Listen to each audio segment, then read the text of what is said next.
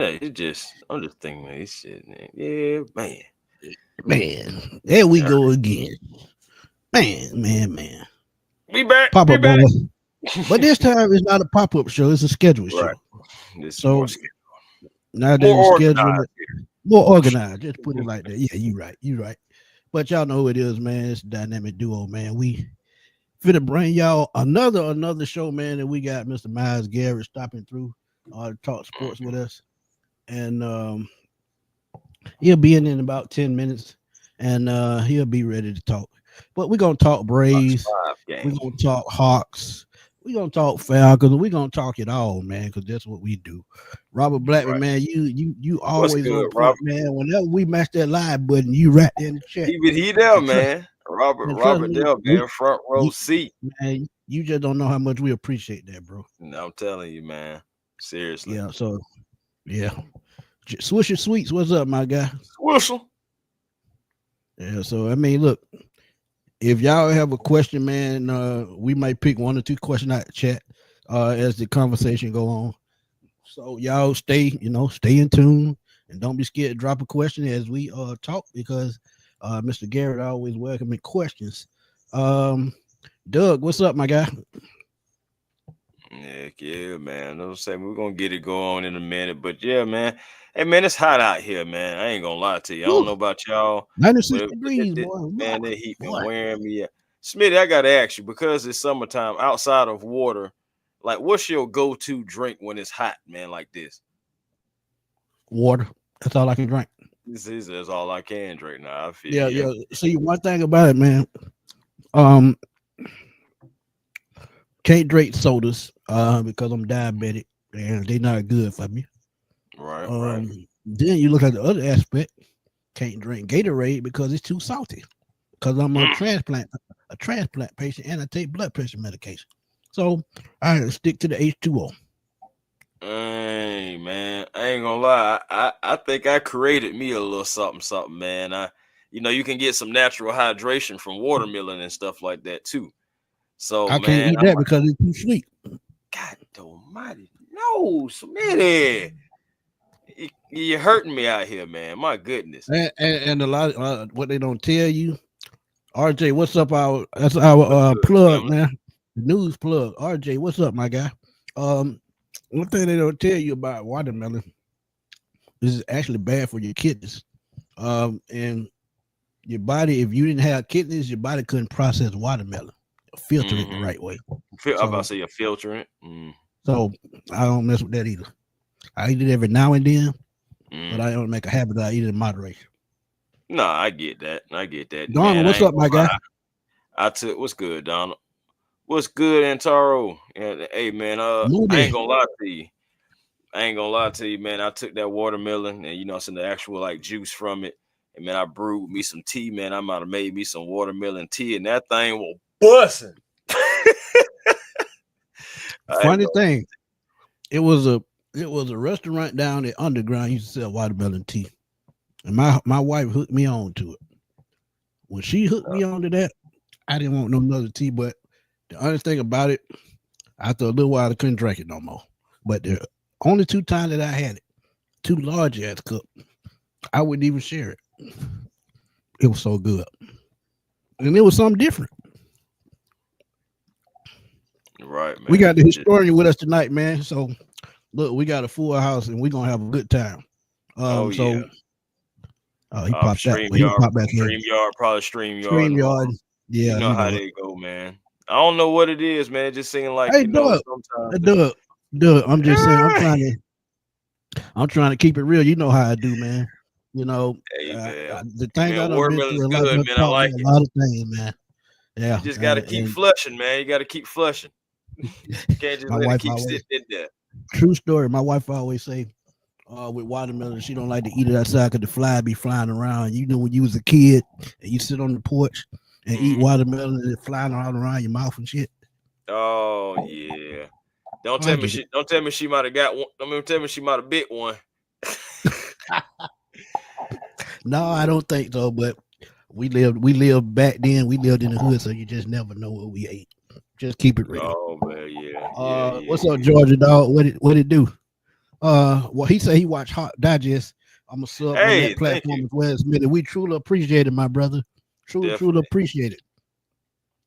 Heck yeah, I Oh, appreciate it, absolutely, man. absolutely. Him and Walter, number one source for Hawks basketball, and I've seen other content creators starting to pop up because of him. So, Yeah, they starting yeah, to kind of roll out the woodworks. It's funny. I've seen like a couple of other Hawks channels. I was like, where y'all come from? But hey, man, at the end of the day, we all Hawks fans, and let's get it in, man. Let's represent this team and show people that yeah, we do have some loyal fans. We do have some people that follow the team, cover the team, and whatever. But yeah, man, appreciate that Georgia dog. Though seriously, like I really but to appreciate give that, y'all a man. quick rundown of what we're gonna do, man. We're gonna talk Braves, Falcons, and Hawks. We're gonna give y'all an inside look as to what he thinks about what's going on with the Braves, as far as what's going on with the team, the future, the immediate future, long term things of that nature. Then you look at the Hawks. Great off season so far, and if y'all been following us, y'all will know. And Hmm. y'all gonna see it. But we got the historian back, man. StreamYard, and y'all know how it go. Right, man. Terry, what's good, my guy? T Tier, what's good, Ryan? How you feeling? What's going on, fellas? Appreciate y'all having me on. If y'all No haven't problem. hit that like and subscribe button for these guys, please do. It's free 99. If you haven't subscribed, subscribe to the channel because they definitely put their all into everything that they do and always keeping things positive on the A1 level. Hey Hey, man, man. hey look, we don't start a new thing. We don't even What's up? ask for subs no more. We just tell them to hit the like button. If they Right. hit the like button, hey, if they hit the like button, the algorithm gonna suggest us anyway. So that's what we're gonna do. We're gonna just say hit the like button. We ain't gonna ask them to subscribe because that's up to them. Hit the like button. Right. Absolutely, Yep. Moody. Yep. Yep. Absolutely. Hey, Just hit the like button. You hit the coming like through the button, we in. Hey, door. Take hey, off your shoes, leave on your hey, socks, man. Come on through the door. Hit that hey, like man, button. it's kind of like the cookout or whatever. You gotta bring to the table. Just plates, cups. You gotta bring fraction wings. It don't matter. You gotta bring something. So Right. just wanted to Yeah. make sure I I at like least brought that up and yeah, continue to yeah. keep it going for y'all, man. Hey man, you Right. bring the blue cheese because I eat the wings. So you bring the blue cheese and we good. Oh Man, Lord. I'm bringing that. Listen, There I'm we bringing the go. limeade too, my boy. Got to. Like I told Chris, can't drink it, can't drink nothing but water. And I'm gonna stick Yeah. to it. Hey man, I tell you, But I I'm made me some fine with it. You can watermelon drink too earlier. sparkling That water thing though. I was got you nice. on that. I don't like sparkling water. I hate to say it. I don't like sparkling water for Damn, No, some I don't reason. man. like sparkling water. Lord have mercy. There you go. Hey What man, I'm old sparkling fashioned. water though did to you? It's water. But yeah, man. Hey, it is what it is, bro. That Y'all know part. me. But yeah, we're gonna be talking Hawks, Braves, Falcons. Before we get started, man, I want to know everybody in chat. I want to know who's gonna be y'all surprise breakout player for the Falcons because it's gonna be 2 to 3 on 'em, I think. It's 2 to 3 names that I'm thinking of right off the top of my head. But who's gonna be one of y'all surprise breakout players for 2025 for the Falcons? Yeah, I want to throw that out there before we even get started. That'll give That's y'all a good something to go question. on. Something to build y'all up right quick. Yeah, no, Yeah, that'll all right. be And Ryan, you can answer it if you want to, because I kind of probably know your answer already. But My I like well, to know my your thing answer. is I'm going on the undrafted free agent side or whatnot if we're gonna go Okay. anywhere with it. And the reason I say that is because they have a chance to make the team. And these are guys that were all Americans coming out, and not just all Americans, they were projected as top draft picks at that point. They just didn't get drafted. Right. I yeah. have, of course, Simeon Barrow coming out. Moody said he got Billy And Bowman. so Yeah. I got three. So I got three of the undrafted free agents, and I got one guy that we drafted. So I got Barrow from Miami coming Like out as Burrow. it's pretty much being a standout and doing his thing. Another guy that I have coming in here, Joshua Simon. I still stand on that. Right, right. I think he's going to eventually get his chance to really show what he does because if you go back and look at that South Carolina offense that he played in with Lenore Sellers, that offense was very similar to what Atlanta runs, but the difference he don't have depth on that team to really compete at that level, even though they missed the playoffs just by a hair. My third player that I'm going to have to say, Quincy Skinner out of Vanderbilt. Wide receiver. Gonna make the team pretty much play on special Quincy. teams. Yeah. Quincy Skinner. Yeah, I like Quincy. And I'm just saying, these are my undrafted guys I got being impact players because if you think about it, 4.3 speed, can play special teams, and they're going to use him. And then, and God forbid we get banged up, you got a guy who can actually stretch the field.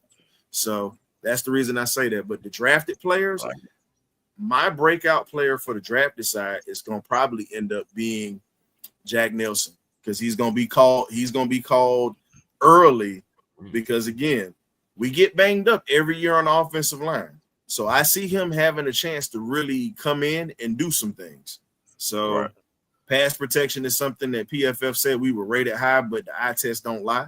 So those are my guys that I have breaking out. I'm going away from the traditional, oh, yeah, I'm just going to pick these guys because we all know them. I'm going with the guys that you don't know much about.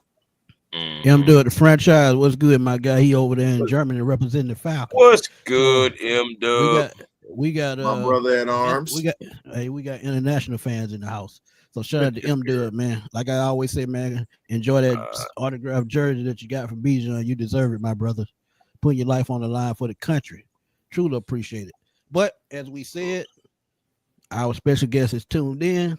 Sports reporter, anchor for Fox 5 Sports Atlanta, host of the Bulldog Final, Elon University's finest.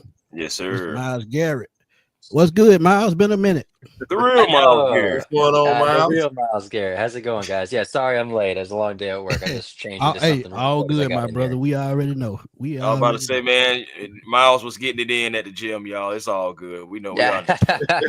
No, it's so hot outside. They have us working outside, so I just changed into something to cool off a little bit just now. Yeah, man, it's a barn burner outside. It's not. Hey, I got a question for you then, Miles. Since it's so hot, what's your favorite summer go-to drink? Like as far as like hydration goes. Okay, I was about to say what kind of drink we talking about. Hydration drink. I really like those Gator Lights, like those what you call it? What are they called? Like those electrolyte drinks with Gatorade. I really like those. Yeah. Right. But yeah, I mean, yeah, I don't know, just like the Gatorades, the Powerades. I'm guilty to the easy ones there. Yeah, nothing wrong. My with favorite that, drink, man. the Bob Marley, but I'm gonna keep that for another day. Yeah. But It's too hot for me to be drinking that right now, Smitty. I ain't lying to you. Look, I'm telling you, Miles, it's been a long off season so far for Atlanta sports. The Hawks have had a good off season so far. The Falcons, good draft, pretty good free agent period. But we're gonna start with the Braves. This has been a rough and disappointing season, probably one of the most I can remember since being a fan. I've been a fan since 1989. Yeah, I'm that old. What does the immediate future look like for this team, especially if the season doesn't end out with Nick not committing to next season? What type of hire do you think the Braves would look at as far as manager if he doesn't come back? Well, yeah, that's the big question. If I think there's a widespread assumption that he won't, just given his age and everything, and everything he's done. But all that considered, I wish I had an answer for it. If I had to kind of give it a presumption, the Braves way of sorts, I would assume they would go someone with history with the club. Now, do I want that to happen? Not really. I kind of want an outside voice. If I had to get someone in here, I know Mark DeRosa has been a kind of a popular figure among Braves fans. I myself, I'm not too crazy about it. But kind of everything considered, like I don't want to see Walt Weiss all of a sudden become the guy. I love Walt. I think he's a great coach. But I think this team needs kind of an outside voice to kind of shake things up a little bit. Not that things are. I mean, again, we know things have been bad, but. And I want to consider this year an outlier, but we don't know, right? I mean, we don't know if some of these guys will get things together. So all that being said, I do kind of wish that if they do decide to, Snit decides to retire, that they go in a direction that is kind of outward from the organization. Is there a guy out there that's off the top of your head, the guy out there you got on your mind that you would like? Gosh, it's funny that I said Ron Washington. Age. I know that's a Braves name, obviously, but his name. At the same time, I don't know. It's tough to really say. I know Chipper Jones is not going to be the Braves manager. I know a lot of Braves fans want to say that Chipper, he's the good name. But he's enjoying retirement way. So as far as Absolutely. the name go, I don't know. I know Bud Black was a popular name for a while, but he's also kind of up there. So it's guys that you know you'd look to a more younger voice, really. I think like a lot Right. of these guys that we're naming right now are guys that are kind of old of the line types. So I think a fresh face with you. Again, I don't really have a guy off the top of my head at the moment. But yeah, I mean, I certainly don't want to see Freddie Gonzalez take the reins again. I think we learned our lesson the first time. Right. Absolutely. And Right. that was one name that was going to come out my mouth, but I said, nah, I'm not going to go there. But Chris, go ahead. I know. I got a question for you. Like, Miles, have you seen a Braves team that with so much talent that it seemed like just time after time they get snake bitten? Just like you just look at the last 2 seasons, how we've just been dealing with injuries and having to navigate. Have you ever can you recall another Braves team that's gone?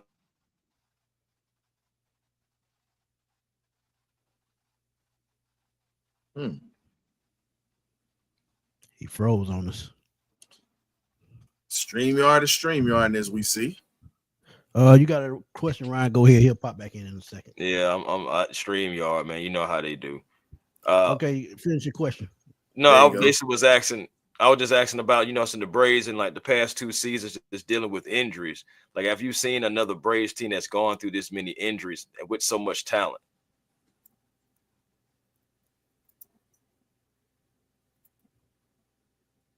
Man, Darn you, StreamYard bad.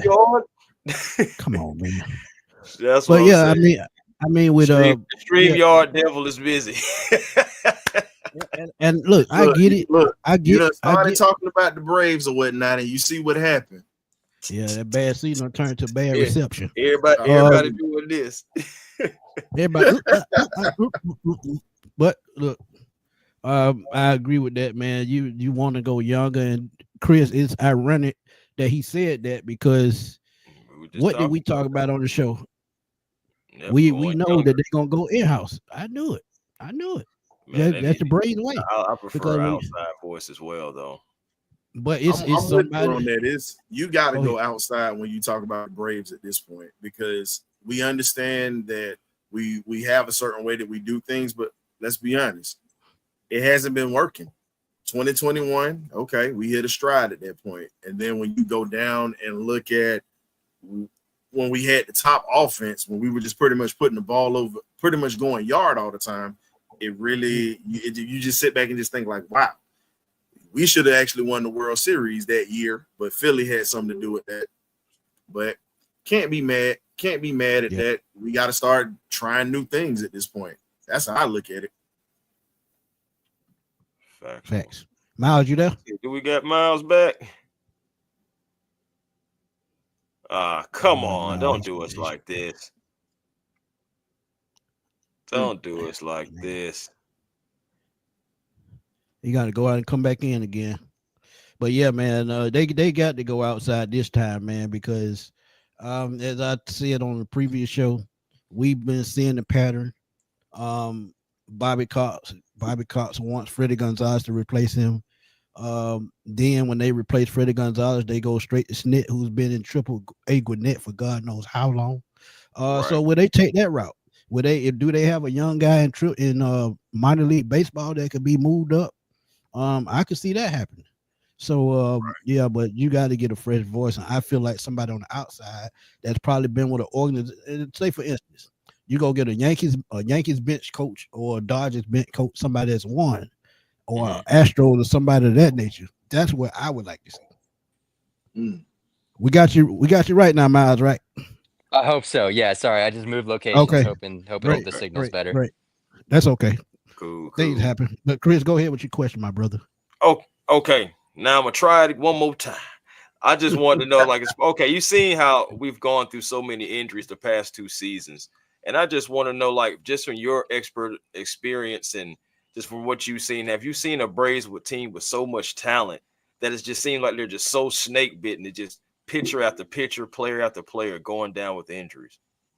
Yeah, I mean, it's funny because last year was really the time where I thought that that happened. You know what I mean? With the Right. amount of injuries that this team had with Acuna and Strider and all of that seemingly happening at the same time, yet they still managed to make that playoff run. This year, Right. it's been like a combination of the two. It's been the injuries and just unperforming. You know what I mean? Like it's Right. been a really weird season for some reason. Like at the end of last season, when they were kind of limping to the finish line, you could argue that Michael Harris was the hottest player on the team. Right now, among qualified hitters, he might be the worst player in all of baseball. So it's just been Right. really weird. I mean, him and Man, Ozzie I just Albies, the said that both of those last night. two. Yeah. This is Wow, Yeah, I it's just it's Ozzy. said been that last it's night. it's it's one of those things where it's almost like he's so in his head right now, to where you're seeing his at bats and it's like, dude, like what are you swinging at? You know what I mean? Like I know you're better Right. than this, and we all know you're better than this. It's just one of those things where I feel like the pressure has become so big and he's so much in his own head right now, where I think it's just become that much of a problem to where I'm of the camp where I think you need to send him down to Gwinnett and just find his swing again, or just build his confidence to I can where see that. Right. Yeah. he feels like when he gets up to bat, he can hit. Because right now it feels like when he's going up to bat, he's seeing ghosts. It just feels like Right.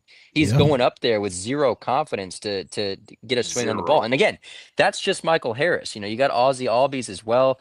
Obviously, Ronald Acuna Jr. and Matt Olson have kind of held this thing together somewhat on an offensive Yeah. standpoint. You like what Right. you've been seeing from the catchers, obviously with Sean Murphy and Drake Oh, Baldwin, who is the yeah. favorite to win Rookie of the Year right now. But you need more performance from a guy like Austin Riley. He's the highest paid guy in franchise history. You need him to play like that.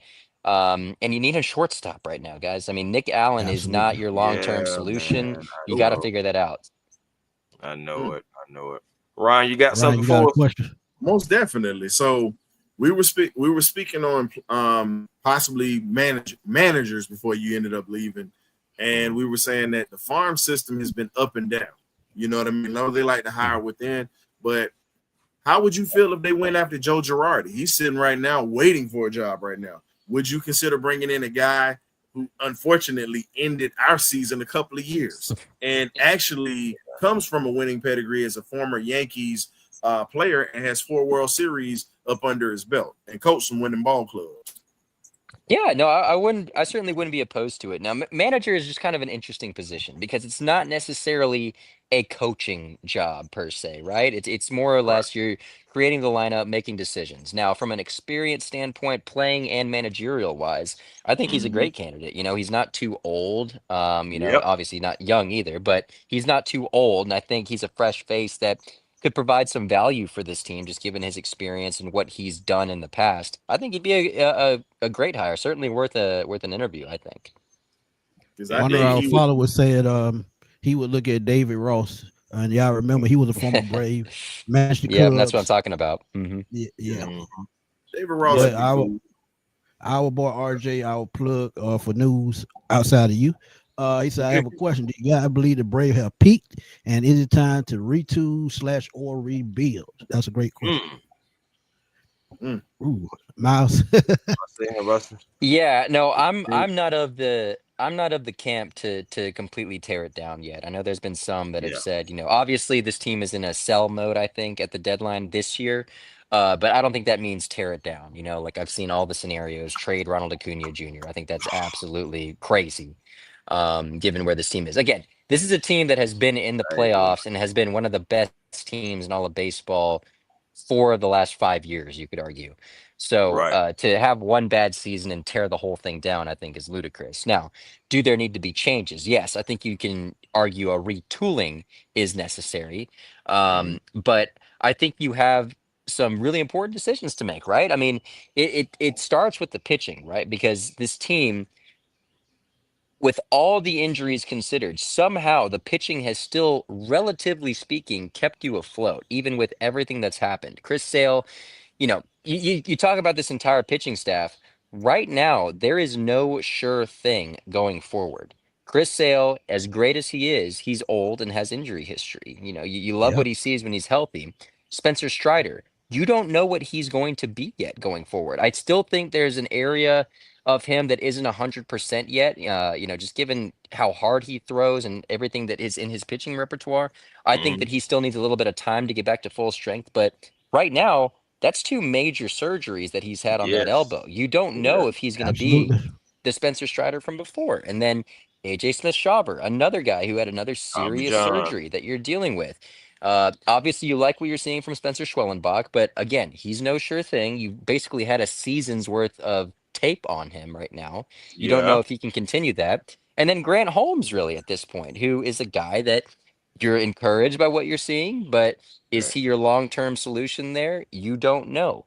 So it's a lot of questions that you didn't previously have with this pitching staff that there's no certainty there. And you don't have a lot of guys waiting in the wings to take over. Hurston Waldrop has been, the guy that's been supposedly next in line, but he Mm. certainly hasn't really given you a reason to be like, oh, like this is the There next you go. ace coming up out of Gwinnett. Right. Um, That so a lot part. of questions to answer there. Now, again, going to the retooling part, you have to give something to get something. So That I part. do think there are decisions to say that, the main group, the gang, won't all be here next year or maybe going forward. Like, is there a Mhm. conversation about Ozzy Albies? You hate to say that because you love Ozzy, but you got to have more production at a second base right now. For And sure. there is the whole aspect of team friendly deals because Ozzy is on a hell of a team friendly deal right Mhm. now. Oh yeah. Oh yeah. So it's all these things you got to consider. To me, right now, the untouchables on this team as of today, I would say are Ronald Acuna Jr., Mhm. Matt Olson. Mm. I think there's an argument for Austin Riley, just given his contract, and it's really hard to find a good third baseman right now. I think Yeah. those 3 are really kind of your untouchables. I think everyone else is fair game. What can you get for a Drake Baldwin or a Sean Murphy? Like obviously you want to keep one of the 2, but you can't say Absolutely. no if you trade a Sean Murphy or a Drake Baldwin and get some really good prospects in return. Because right now this farm system is completely depleted, and you don't have a Correct. It is. shortstop, and your outfield is still questionable. You don't know if Michael Harris will be able to figure this out, and Jurickson Profar. Who knows at this point? We haven't really seen him, and we don't know what his Right. future might hold for this team. So, a Right. lot of questions, and I'm not even mentioning the bullpen yet. I think that's been the biggest Yes. weakness for this That's the team biggest all weakness. season Biggest long. disappointment. I Yeah. mean, Yeah. but So a lot of questions. no, because we knew that coming into the season that the We bullpen did. was weak. We did. We Yeah. did. So I'm glad that you said something about Jerrison Profar because I did have a question about his impact now that he's back after the 80 games. Do you feel like he's going to be like a veteran voice in the locker room, or do you feel like he's kind of going to be a jag, just another guy because he did miss 80 games, and it's just like almost like how do you come in being authority when what happened happened? Oh, I certainly think it takes time, right? I mean, I think he's going to have to work to earn the trust back. And I do think that trust, quote unquote, is over exaggerated by fans. I think that's more of a fan thing where they say, oh, like, how is this team going to trust him? To Mhm. my knowledge and what I've seen, the team's accepted him back. I don't think Oh it's, yeah, he's in the clubhouse and the team's like, oh, this guy, he's right. he's out of here. You know what I mean? Like, no, like he's here. He's here to help the team. They knew he was the biggest offseason acquisition. I think it's more of a him standpoint. What is he going to do now that he is back, and how is he going to make his impact felt? Is he going to become that leader for this team? That's going to be remain to be seen. I do think the early returns on what we've seen so far from him have been extremely promising. I mean, he hits a couple home runs. He's looked relatively decent. Now, he's left some men on base, but this entire team has left men on base this season. So, Facts. all a lot of things to consider going forward. But I do think it's a little too early to tell. But I would love to see him take on that role. Man. Ron, you got another Brady question before we move to the Hawks? Nope. We can go ahead and move forward. Okay. So like I said, the Hawks have had a interesting offseason so far. So it bears to say what's going to happen with Trae Young. Now, this is the biggest question that we have this offseason as far as his future in Atlanta. I honestly think he is a perfect fit for the Hawks, and I think they're finally building around him like they should. What do you see on that max contract, and how long of the timeline does he have to sign that deal? I wouldn't be surprised to see it coming in the next few weeks. Now again, I'm not. Don't quote me on that. It's not like I'm saying that's going to happen. But Right, right, right. I just think, given the circumstances of how this team has been building right now, like you just touched on, they're building around Trey. They've made that very well known. Denying the Nixon interview with Quinn Snyder, obviously Trey's relationship with Quinn Snyder, the way they've built the team this offseason. I think this is the best offseason the Hawks have had in probably a decade. This is one of their best off seasons, I think, from just Absolutely. a Mhm. player's standpoint, that they've had, especially with the East being as wide open as it is. So all Mm-hmm. those things considered, we spoke to Ansi Saleh this morning. We asked him about that extension. He wasn't giving anything away. He said it's just something we Yeah, don't talk yeah. about. But given everything that's happened, I wouldn't be surprised to see that happen soon. Oh yeah, and I believe it has to happen. I believe the same thing, same way how I feel about Ronald Acuna Jr. is the same way how I feel about Trey Young. Just Mhm. that pillar for your team, and just like a guy that you can build a franchise around. But let's speaking of talking about building around. Out of the moves that you've seen from the Hawks, which one was your favorite? Which move was my favorite? I don't know. I feel like all the moves in unison to me. Like, because I don't Mm-hmm. think there was one move that I think was the difference. I think it's Right, all the moves together that have kind of made me be like, okay, like, because you see that from time to time. You see the Hawks or another team, they make one move, and you're like, okay, it's a good move.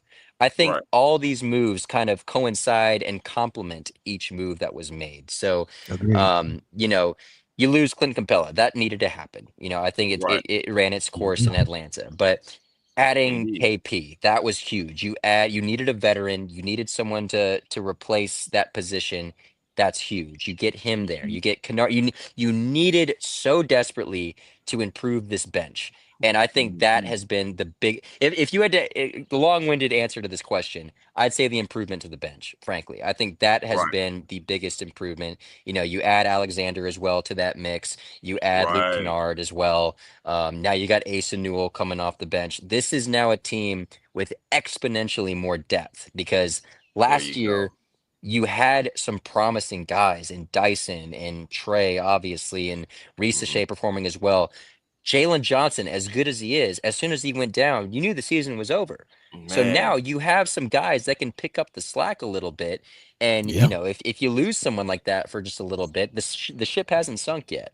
So now I think just all these moves complementing each other, adding all that depth has now put this team in excellent position to compete and, continue with the pieces that they have for, without having to make that giant move, to get a Giannis. Would I love Giannis? Absolutely. Oh But yeah. now all the moves that have been made, this is a team that can compete with its current roster. Absolutely. And real quick before Ryan goes, we beat some of those teams with the roster that we had constructed last year. The Absolutely. Bucks, the Knicks, all those top teams, Cavs 2 times, and everything. So back to back, and I believe that we were right there. But like you said about Jalen Johnson, when he went down, you just knew it. Well, kind of picking up on that too, and what you're saying, I do think the way of team building has changed a little bit in the NBA because it used to Mhm. be you find those big two players, those big three players, the big three of sorts that teams have been doing. I think that's now changed to the Thunder way of building, the There the the you go. Pacers way of building. There you It's go. it's and it's funny because Ansi Saleh mentioned that today, Yep. specifically talking about team building. So Yep. it's the way the NBA moves. Teams were trying to build like the Warriors for years. I do think that gosh, I'm already forgetting the name of the Hawks general manager before Landry. Travis Schlenk. Travis Travis Schlenk. Schlenk. That was the Travis Schlenk mold, trying to build the Golden State mold of, you draft the shooter and you kind of build around there with Trey Young. You find your Clay, and you were hoping that guy was oh man, I'm forgetting all these guys right now. The Red Hornet. Red Shoot. Velvet. Kevin Red Red Hart. Velvet. Kevin Velvet. Hart. You talking Yeah, about Kevin Kevin Red Herter. Herter. Velvet? Kevin Herter. Yes, Kevin Hey, John Herter. Collins as that Draymond Green type you were hoping. So, all these guys Right. were kind of fitting those molds. Whereas now, as you're seeing these guys now, it kind of fits more of the mold that these teams are doing. So it's all fluid in the NBA, and I think that's part of the way it goes. But this Hawks roster, I think, is very complementary to how those teams have been built already. So I think it's good. Hey, Ryan, So, Miles, before you go, Ryan, I think Miles been watching our show because we said the exact same Bro, we've thing been saying a lot of this just stuff. yesterday and the day before that. So, Miles, you doing your thing. Ryan, go ahead. That makes me feel so good that we're on point with a professional like Miles from Fox 5. Okay, stay the course. That's what it's telling me. We try. We Facts. try. so when you look at, and I'm tying this into both teams or whatnot because we get ready to hit Falcons next. But when you really look at how the Hawks had incompetency, and I have no problem with saying it, in the front office with Landry being up there because he had opportunities to do some things. You know, we were all right when he brought in my guy from Seattle or whatnot, which will remain nameless, that we brought in, you know, we had to trade away or whatnot. But for our general managers from the Falcons and the Hawks to actually make competent moves in the off season, and those two, Terry Fontenot, and then you got Onsi having the green light to do things. What is the difference that you're seeing with how the front offices are moving in their way of thinking compared to what it once was, and how guys pretty much had one hand pretty much tied behind their back? What do you see what's the difference? I have one word: aggression. It's finally aggression. These guys are putting all the chips on the table. And again, I do think the different scenarios warrant the different cases. With the Hawks, I will say I think it's been just a pleasant surprise. I wasn't expecting this out of Ansi Saleh after Landry Fields was let go. Because again, I thought the Hawks were maybe going to go a different direction, seeing how Ansi was already in the organization. I thought they were going to try to hire someone else and try to go a different direction. I wasn't expecting the aggressiveness out of him so early on, when he was hired. Now, Terry Fontenot, different situation. I think Terry is playing for his job right now. And the fact that he has been so aggressive, it's been great. I'm glad he is. But I do think he is aggressive because Arthur Blank and a lot of us fans have kind of watched and said, this team is ready to win. It's been 7 seasons since this team has sniffed the postseason. You've had all these guys, these talented guys on rookie deals. They need to make the jump. You need to get a defensive end. You need to find edge rushers. And what do? You trade a first round pick and get 2 of them. Both of them from the SEC. You get a Georgia Bulldog finally. All this Thank kind of God. stuff. Right. So yeah, right. So I think all those things considered, they're aggressive and aggressive for different reasons. But I like that they are aggressive because you need to be in order to win. Look at what the Rams have done the last few years. They didn't even have a first round pick until recently, but they've And always they been a didn't care. playoff contender. Yep. Yeah, exactly. They were Yeah. always making the playoffs without these first round picks. So you got to do that to be successful. And hopefully this is the time where it finally pays off for both of these teams because it hasn't happened before. You ain't lying Slide about right that. on to the Falcons. I'm glad you brought that up. Just talking about Anzi Solid. Competency. Okay, go ahead. Go ahead. No, I Go was just saying about Anzi Saleh real quick. Just to Miles' point about how he came in. He came in almost like a veteran, like he's really been doing this before. Mhm. But I do credit the fact that he came from the Spurs organization, the Warriors Yep. organization, championship organizations, and Pedigree, it was something that in his press conference that he said that stuck out to me about being able to be in some of those rooms when big deals were going down, and just being able to be in those rooms and soak up that information, I think is, and outside of that and going to law school.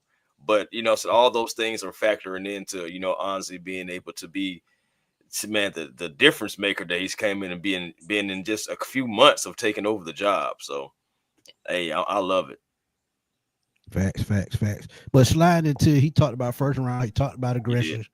That brings up this name that we're going to talk about probably all offseason. That's all offseason going to regular season. That's Here we Mr. go. Kyle Pitts. I want to know, and I've been saying it, can he finally step up and produce and bring back that season, that Kyle Pitts we seen that rookie season? He finally got the quarterback to do it. And he said on Cam Newton's show, he finally going to the next season with the same quarterback in the same film room. Can he turn that corner? I want to know.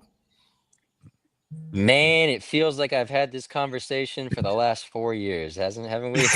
We've all talked about this You know what, with Miles? Kyle You know why I'm Pitts. smiling because we had this conversation the last Oh time we yeah. talked. That's Oh why I'm yeah. sitting No, back smiling. it's so funny. I've done interviews with 92.9 probably once a week the last 3 months, and I feel like I've been asked this question, I think, at least 4 times. Um, and my answer's been the same. The potential is there. You see it. There's a reason why we keep asking this question. You see Right. the talent, you know the talent.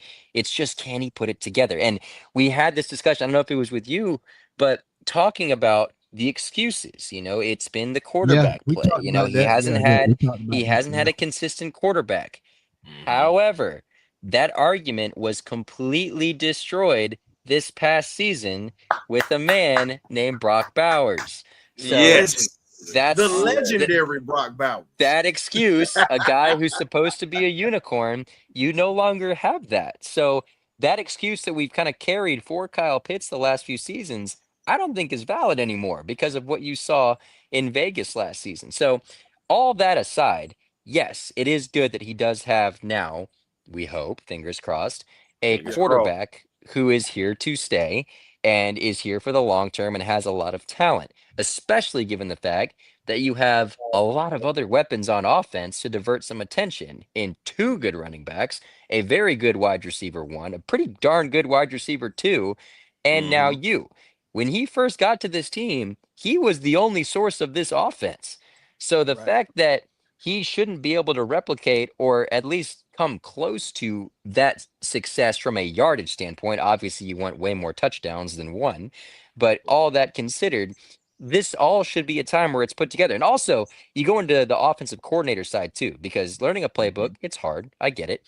But now you have year two of an offensive system with Zach Robinson. I think that's very beneficial. Learning Right. terminology is hard. So I Yeah, think it that's is. all going to be very good for him. And We So, and I'm hope. glad that you mentioned that mhm. because it's been a minute since we had two receivers that's crossed the 1,000 yard mark since Roddy and Julio. Let's just keep it real, really. Um, but well, really, I mean, since Don't then, disrespect Mohamed Sanu like that. yeah, Ooh. yeah, yeah. I was about to say, hold on, wait a minute. But Hey, you got but that you know what I'm agent saying? Like 12. those pillars at wide Calvin receiver. Ridley. Yeah, yeah, those pillars at wide receiver, like Julio and like Roddy, the Yeah. consistency. Mhm. So I feel like Drake London and Darnell Mooney are right there. Darnell was a first down away from 1,000 yards, and of course Drake London got well over 1,000 yards. Do you see Mhm. this season with Michael Penix as the quarterback? These guys eclipsing both these guys eclipsing well over 1,000 yards. Drake for sure. Just given the what we've seen, those last few games, I think kind of tells you the story. And I like to take this back to 2 years ago, right? When Desmond Ritter had that 3, 4 game audition before, he had that full off season as starter. You Hmm. saw some glimpses, like there was some plays where you're like, okay, you could be the guy. I Hmm. think the difference in seeing Desmond versus Penix was night and day, because there was a difference in, okay, both these guys, you're aiming to be the starter next year. You want to see what they can do. You kind of like some stuff Des did, but for the most part, it was like, let's see what the kid's got. With Penix, when you saw him play, it's like, oh, this kid's got the stuff. It's just a matter of Right. if he can keep this consistent. So I think that aspect was night and day. But to answer your question, talking to that, who was his go-to guy? It was Drake London, Drake. no doubt about it. When he was in doubt, throw it up to Drake, and I love that because that's what Drake is. He is probably, I'd say, one of the top two 50-50 pass catchers in the NFL. Just Absolutely. one-on-one, go Like get it type receivers. I think he's right up there. man, Drake Um, Drake about 70-30, 70% his Oh way. yeah, 100%, 100%. He plays out there like a basketball player. You're not surprised that he used to play Mhm. at USC. So all those things added on. Now I want to see that from Darnell Mooney, obviously. And again, I'm kind of done predicting stuff for the Falcons because I've tried every year the last 4 years, and every single year a curveball is thrown, and I'm not Oh expecting it. boy. So this seems to be the year, knock on wood, that things seemingly are coming together from a health standpoint, from an offensive play calling standpoint, from a depth standpoint. I think all of it is there. It's just a matter of, can they execute, and can Michael Penix Jr. stay healthy? I think that's another big part of this because Yep. people Huge forget part. he does have an injury history. There is Mhm. that. And Caleb McGarry, does have a history of not being the best pass protector protecting Penix's blind side. Unexpected things happen in the NFL. So you're going to have to prepare for those things. Yep, that right there. That reason right So, there.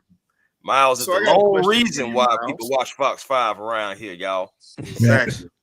I got a question Let's for you, go. Miles. Now we've talked about all the guys that are on the outside or whatnot. There's one guy that nobody talks about that brings a bit of a toughness to the slot position, and this gentleman has earned his spot because of last year, Mr. Raymond McLeod III, better known as Ray Ray. But getting to it, now you bring in Nick Nash, who literally led college football in touchdowns, receiving yards, and also receptions. The only one that was ahead of him was Harold Fannin. Nick Nash had better numbers than Travis Hunter. For those who are out there that want to talk about it, you can. But you also have Quincy Skinner. When you look at these guys that are coming in that could challenge him for that slot position, and another guy I can't forget, my HBCU guy or whatnot, that won us a couple of games this year. Not gonna sit there. I'll say Agent 12. We have another Agent 12. I'll leave his name out there for you.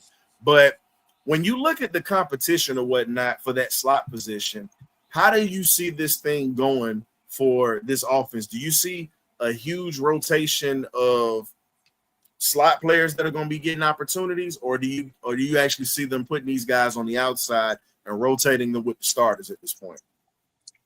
It's a tough question because you kind of have to wait till training camp to kind of get an idea for where certain guys stand. Now, all that said, I do think Ray Ray is firmly at that number 3. And I think Kaderil Hodge is right there with him. I think if we're talking rotation, I think those two guys have kind of rotated roles, whether it's 3 or a 4. I think it's certain situations that they're put in that best suits their skill set. I don't think it's necessarily 3 and 4. I think it's just kind of how those two are.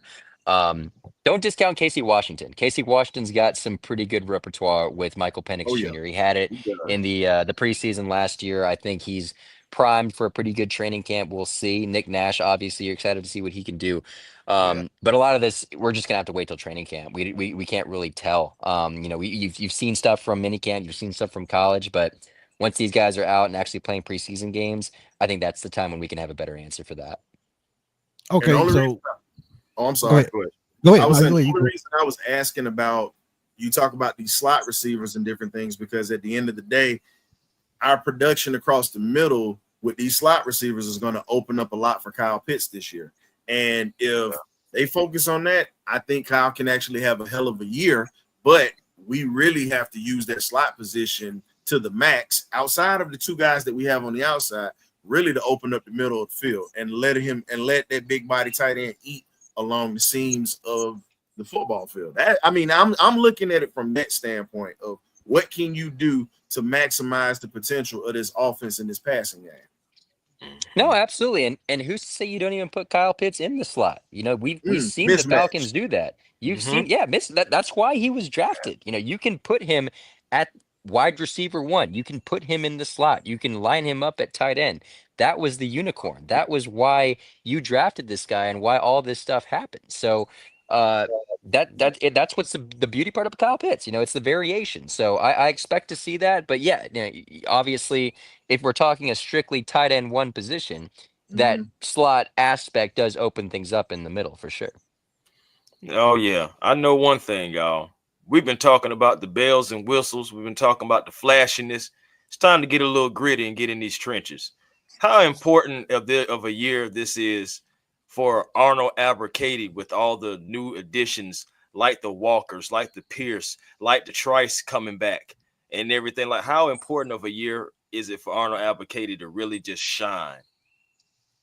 It's a really big year, and very much like the Hawks, I think it's better for him that all these additions were made because now the pressure is off. There was so much pressure on Arnold Ebiketie to be John Abraham, to be that pass rusher that gets all these sacks because you didn't have anyone else. It was just him. He was the only guy you drafted in that role, obviously outside Braylon Trice before he got injured.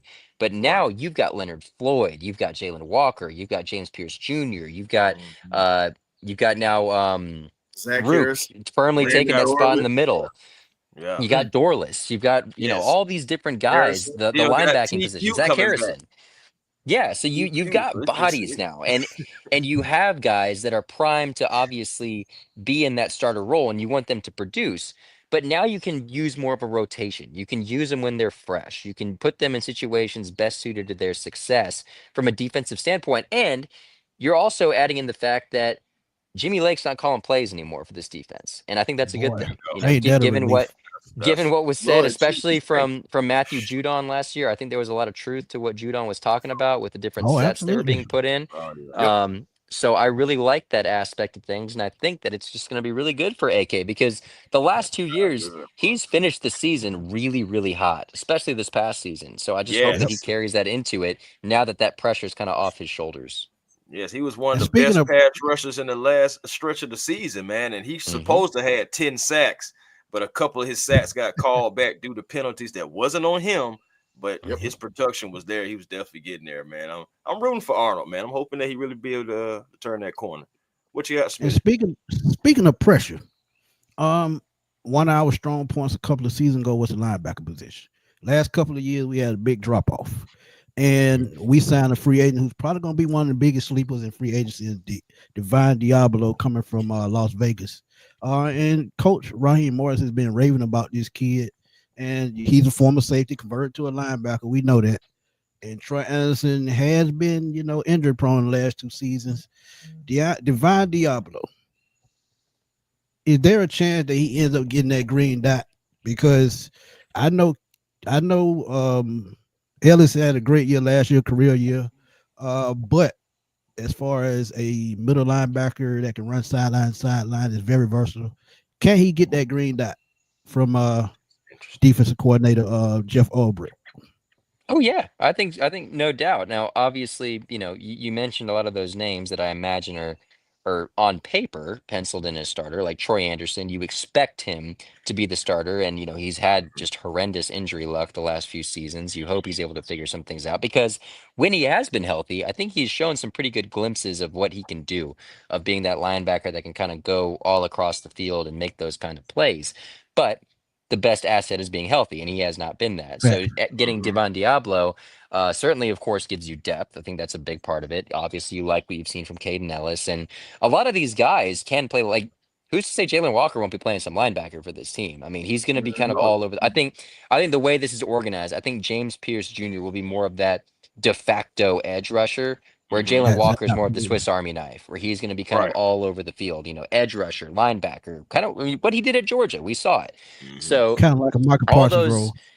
yeah, exactly, and that's Yeah. exactly who they Yep. compared him to. That was there was a reason for that. So, all those things considered, depth is a great thing. I do like the linebacking room. I think it is the deepest on this defense right now.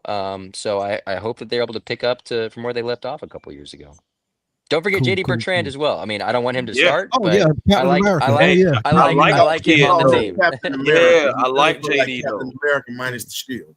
But Yeah, but I like JD though. Yeah. but let's get to it. Y'all talked about the hogs in the trenches, the bulls. We got to talk about the boys that stand in the back that are pretty much calling the action and that's coming up smacking folks. We got to talk about that secondary. When you look at what Jerry Gray has gotten out of AJ Terrell, from him being a former first round pick and having Pac-Man Jones and so many great corners, what do you see Jerry Gray doing with this whole secondary? You got Bates, who Bates is Bates. He's gonna do what he does. You're bringing in Xavier Watts. You got Billy Badass Bowman is what we call him, and then you got Mike Hughes. And quiet as it's kept, you got a little guy that plays that cornerback spot. Got some side height to him, but he's a little thin, rail thin, and Mr. Kobe Bryant. How do you see this secondary shaping out this year with the rotation and the depth that they've had? And also, can't forget about Dante Manning. Shout out to another Oregon guy. Fast, pretty much put it this way, he reminds you a little bit of Robert Alford minus the pass interferences. That's the best way to describe it. But when you look at what they brought in this secondary, how do you think that Jerry Gray can mold this and turn this into one of the best secondaries in the league? Well, to be honest, this is the training camp battle I'm most intrigued to see, because this is the one with the most competition and really where you don't have set answers yet. I feel like you have basically all of your answers penciled in as starters across basically every position right now, I think, for the offense and Facts. really the defense. So who you know is going to start? You know AJ is going to start. You know Jesse Bates is going to start. But what are those Right. other positions? I'm pretty sure Xavier Watts has the edge at that other safety position. Now, nickel. Absolutely. I think Billy Bowman may end up winning some starting reps there. I would not be surprised to see him there. Obviously, you still got D. Alford on your team. You still got Mike Hughes and all that. Wait, is D still on the team? I might have messed that one up. I'm pretty sure Yeah, D he's still still on is the on the No, He's team. still on the Yeah. team. He hadn't been yeah, cut. he's He's still still on the here. team. Yeah, I still lose track sometimes of some of these bodies, Mhm.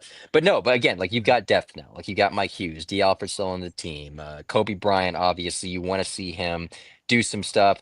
There's no guarantee, right? He was an undrafted free agent. You don't know what he can do. You're obviously liking what you saw the production out of him, and he's obviously a pretty big name.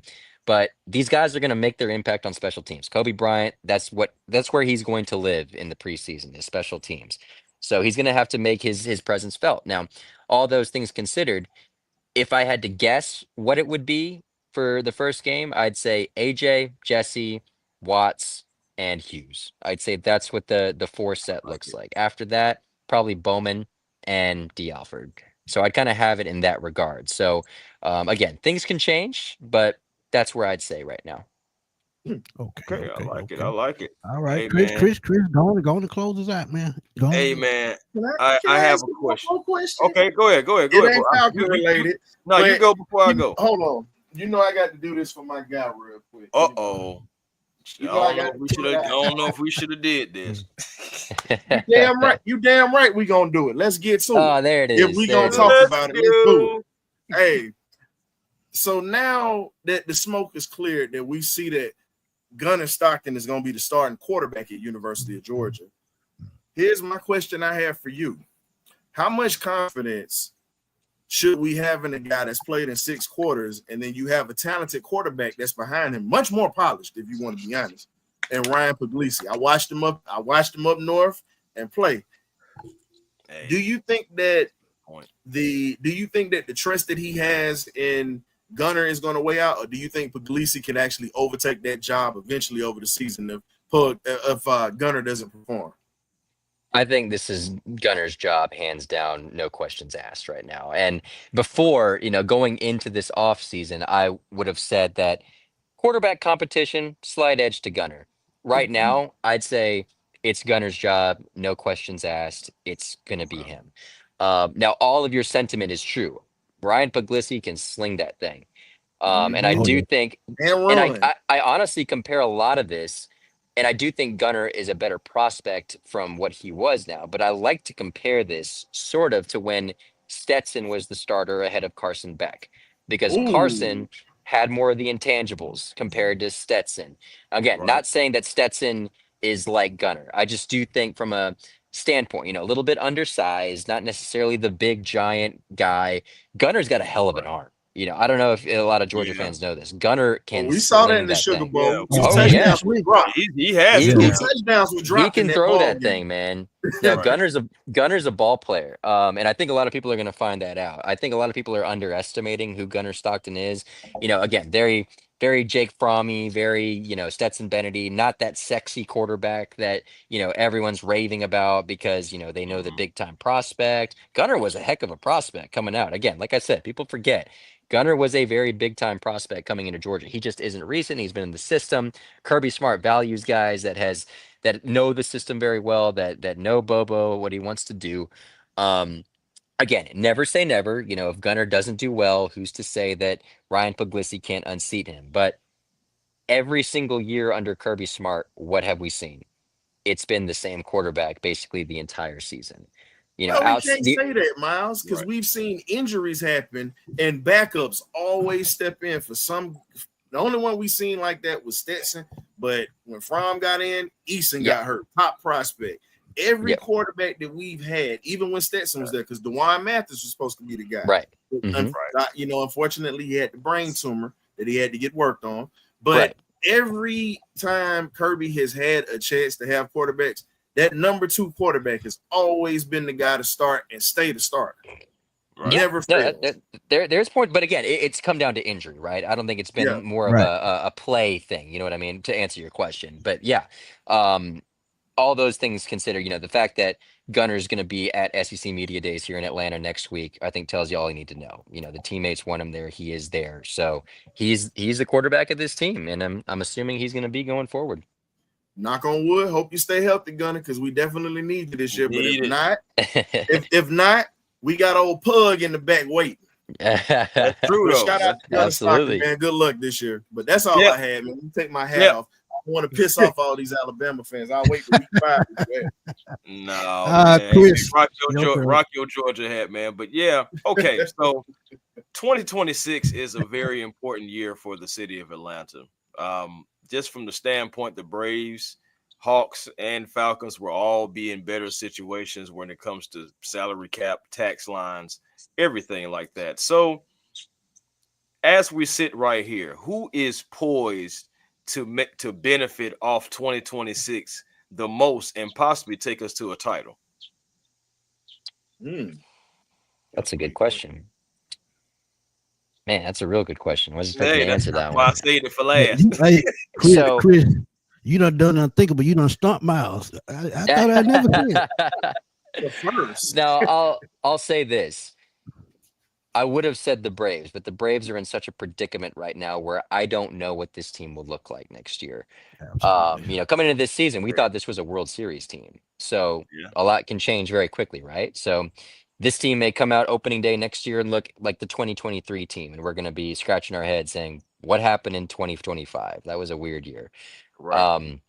Now, again, talking about all the different salary cap stuff, oddly enough, I'd say the Hawks. I never thought I would never think I'd say that. I just say that from a perspective, you think of the Falcons right now. There's a lot of unpredictability there because you don't have a first round pick next season. You don't know how next year is going to go. Say the Falcons underperform this year. You hope they don't, but say they do. Terry Fontenot and Raheem Morris are very likely gone if this team does not make the playoffs next year. Just with the expectations and everything that has happened this year and the last few years, frankly, there's a lot. Again, things could go well. Obviously, I'm just trying to play devil's advocate here. I just do think that all the things considered right now, you have Anseh Soleil, you have a lot of young guys on the Hawks, guys that are promising. Reese Shea is super young, Daniels is super young, Trey Young. You're expecting him to be locked up here fairly shortly.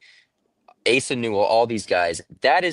I never thought I'd say this, honestly. After this offseason, I would honestly say I think the Hawks are in the best position to make that championship run right now just because of the competition, the Eastern Conference, the youth of the roster, all that kind of stuff considered. I'd say the Hawks. Wow. Capitalize, Hawks. Let's capitalize, baby. I'm with you when you're right, Miles. I'm in the car with you on this one. I agree. Hey, it's tough because, like I said, you would think the Braves, but I mean, and again, you want to say the Falcons too, just because of how promising they look. But there's just too much uncertainty. Again, the Hawks also have an unprotected first round pick too. Keep that in mind. That's another thing. We'll be a top 5 pick.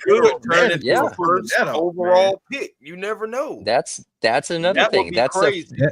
That is a first round pick that the Atlanta Falcons do not have. So that is another thing to consider here.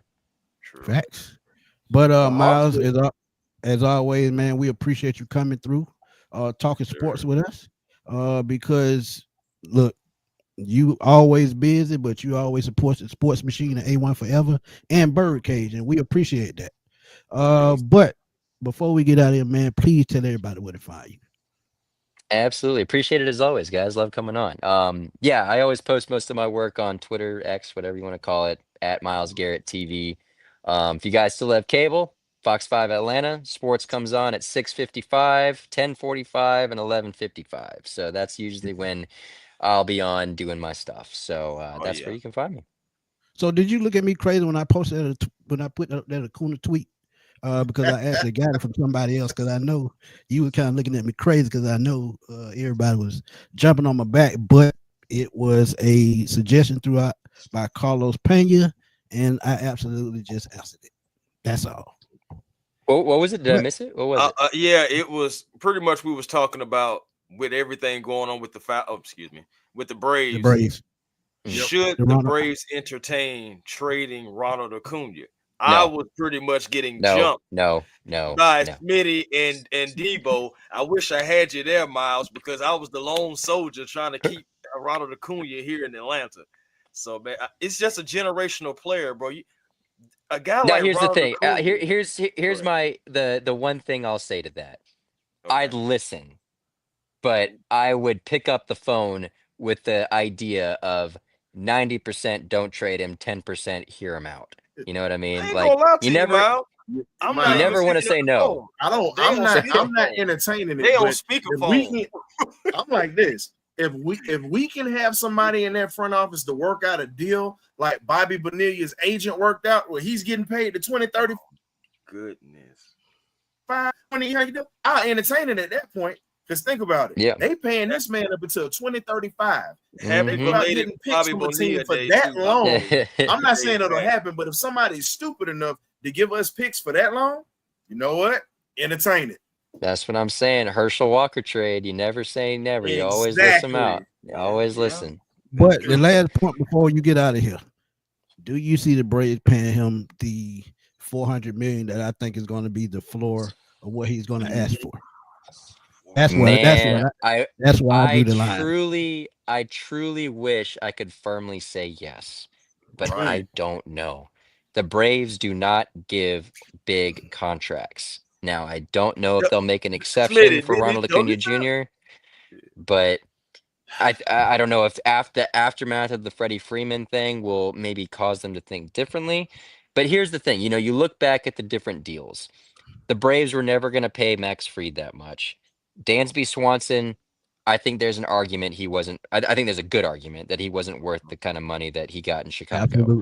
Absolutely. Freddie, I think, again, we don't know truly what happened behind closed doors. I have spoken to people in the know that told me what happened off the record, and to me, it just sounds like a miscommunication.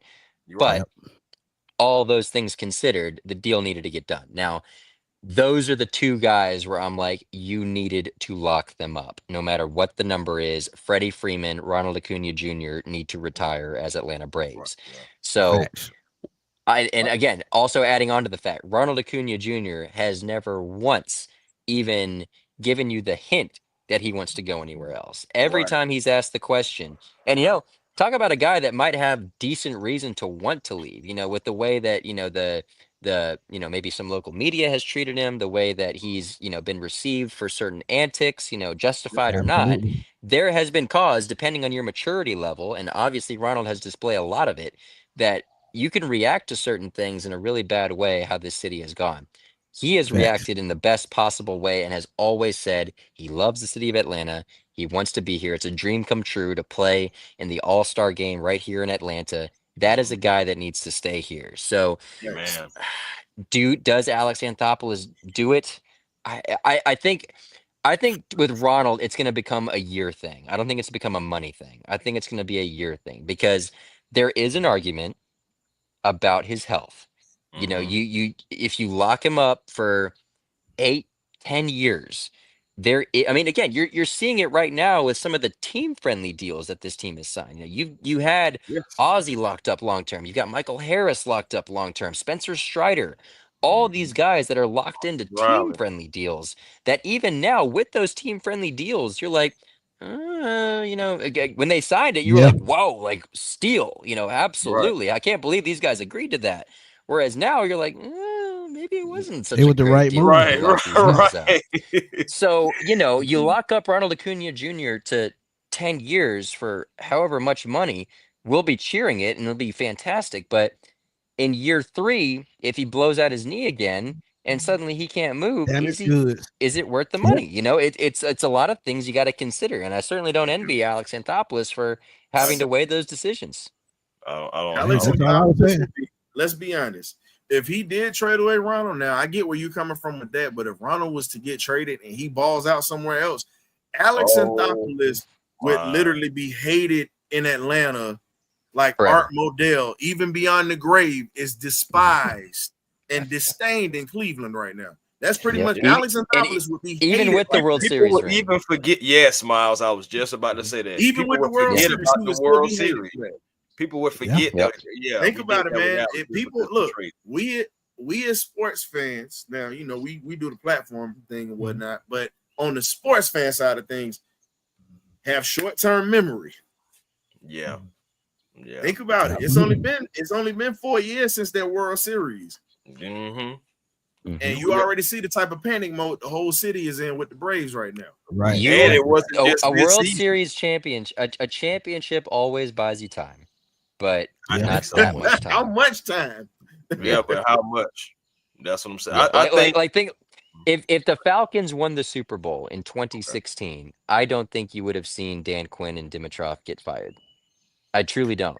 I Absolutely. think a Absolutely. championship gets you so much more time than you either A, deserve, or B, just the way things are going. So I do think that that championship, rightfully so, especially after what you saw in 2023, bought Right. Alex some time. And again, I go back to what I said at the beginning.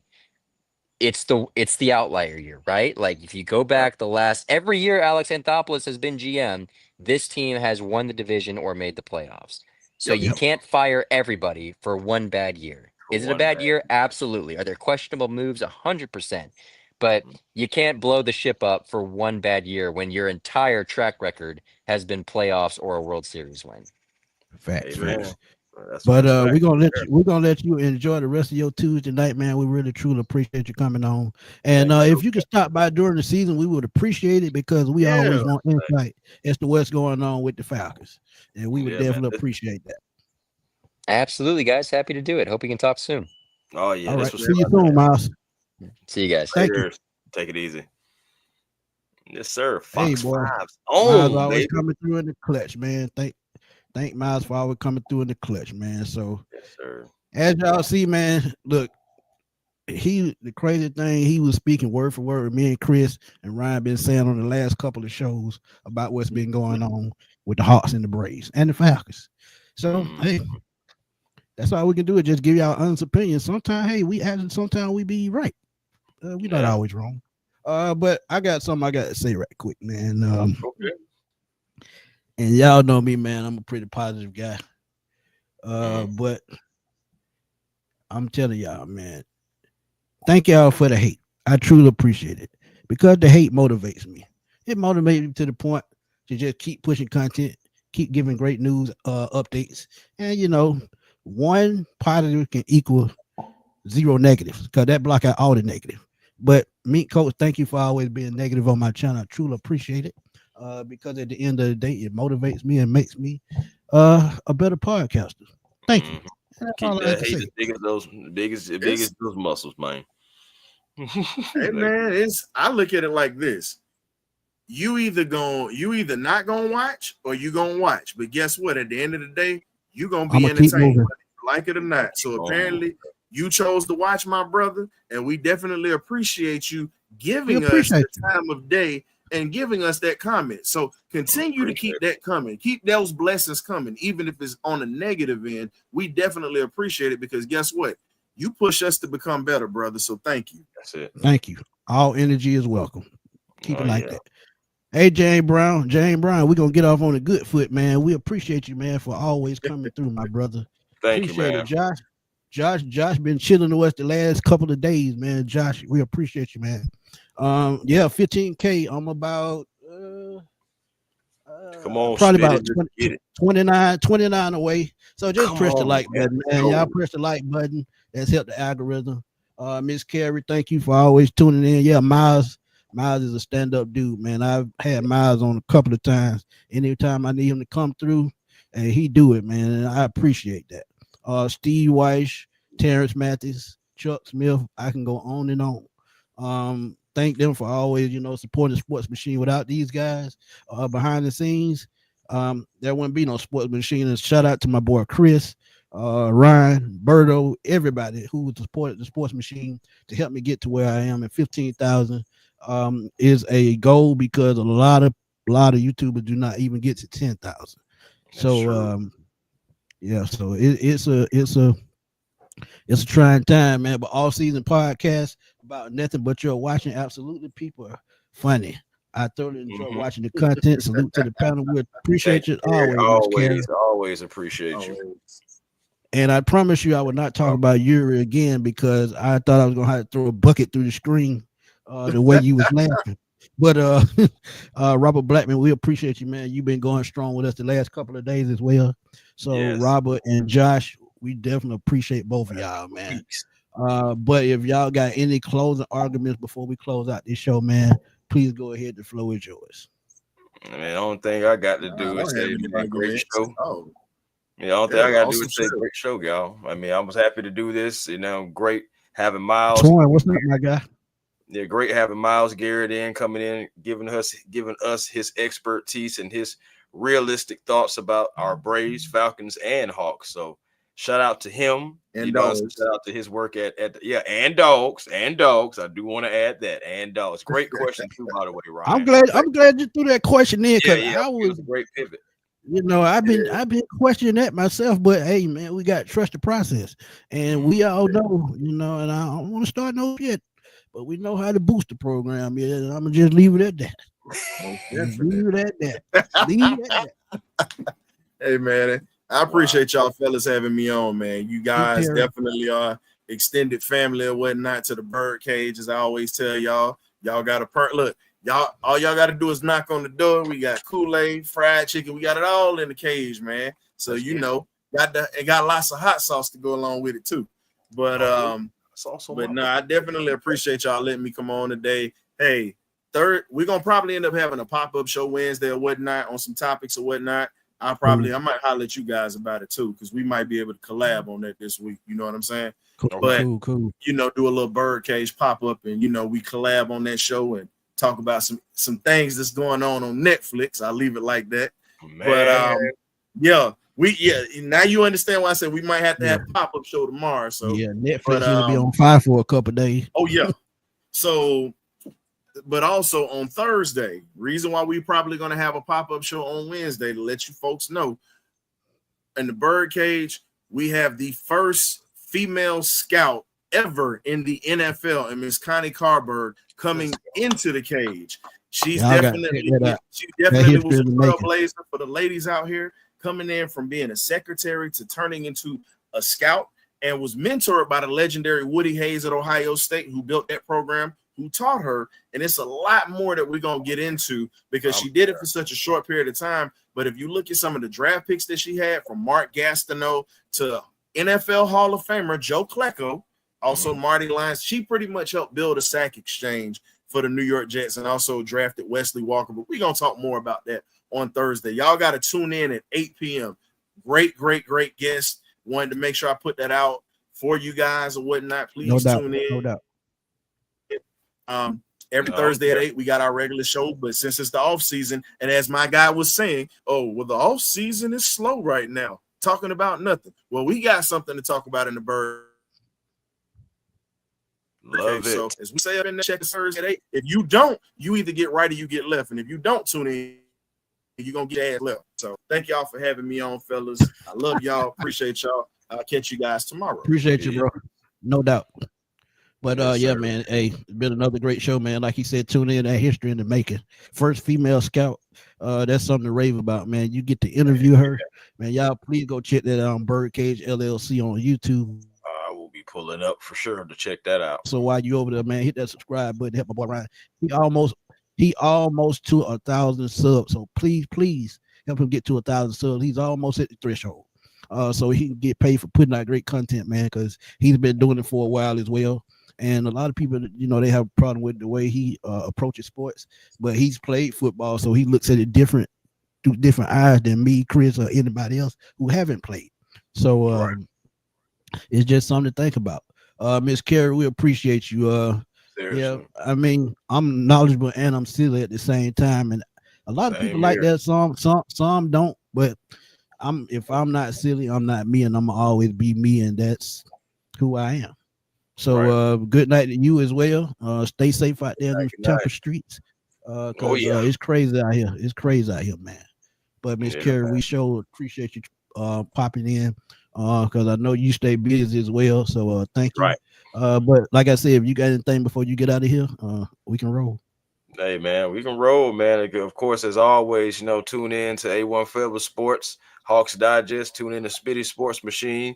I know sometimes you may do the round table sports as well. So regardless, so we're gonna keep on moving, keep on trucking. Hey, as however many shows, so they put us on, we're gonna do them because so we do this for ourselves, but we mostly do this for y'all. And we appreciate y'all coming back each and every time because no one has to, watch anything that you do. So we appreciate, the 1, the 100, or the 1,000 people that do come in and watch some of our shows. We really do appreciate it. And it's crazy because I remember starting off, man, when I got like my first 25 subs, I had like 2-3 people at one time, but that 2-3 people turned into 400-500. So my advice to y'all, if y'all thinking about giving up, because I have, but my grandmother told me to keep pushing, and that's what I did. Because one thing about it, all you got to do is put one foot out there. The other foot going to follow. So, I mean, it is what it is. But this has been another great show. I know I got to give a shout out also to Big Uncle Steve, who was in the live earlier, Uncle Steve Lounge. Shout out to Uncle Steve. Shout out to my little bro, Big Country Sports, doing his thing as well. So, 95 North Falcons Talk Show, Birdo. So, y'all please keep supporting these content creators, man, because they out there doing their thing. And shout out to our sister Joy, man. She's a big supporter of the show, always working behind the scenes as well. So shout out to her as well. But that's all the time we have for this show, man. We gonna probably tune in with Ryan and see what that interview like, man, because I can't wait to see it because that's history and making to talk to a female scout. And because people don't even think about the role that females play behind the scenes because they now do have women coaches in the NFL. Because I think the Commanders have a female running backs coach, if I'm not mistaken. So, I mean, it's female coaches in the NFL now. So the game is evolving in more ways than one. And hey, who knows, down the road, you could see a female head coach in due time. Who knows? Because all you have to do is know the game. Know the game. If you can be a leader of men, hey, you can get the job. That's true. Just that simple. But yeah. But hey, me and Chris, we're gonna roll on, man. We're gonna holler at y'all soon because we got a long week ahead because trust me, it's always news out there somewhere. But we're gonna holler at y'all later, man. Peace. Peace.